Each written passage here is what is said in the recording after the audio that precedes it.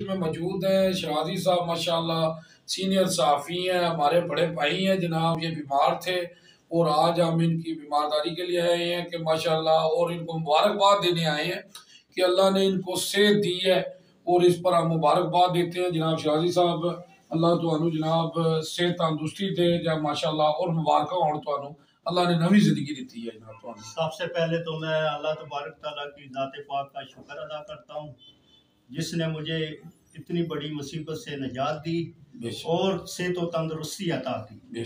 उसके बाद बट साहब, मैं आपका और आपकी टीम का शुक्रिया अदा करता हूँ कि आपने मेरे गम में शरीक होकर, मेरी सेहत तंदुरुस्ती में शरीक होकर मेरी हौसला अफजाई की।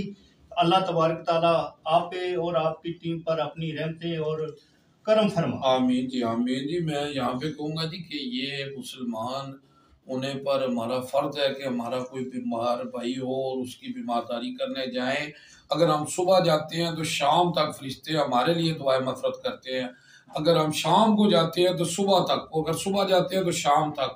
और ये जो हमारा ये हक़ है जनाब, और ये हमारे पे ये सुन्नत है नबी है कि हमें आपस में प्यार मोहब्बत और दूसरे का ख्याल करना चाहिए, क्योंकि इस्लाम में यही खूबसूरती है जी। तो जनाब शराजी साहब, बहुत शुक्रिया जनाब, वेलकम जनाब, आपने तो हमारी इतनी इज्जत की जनाब।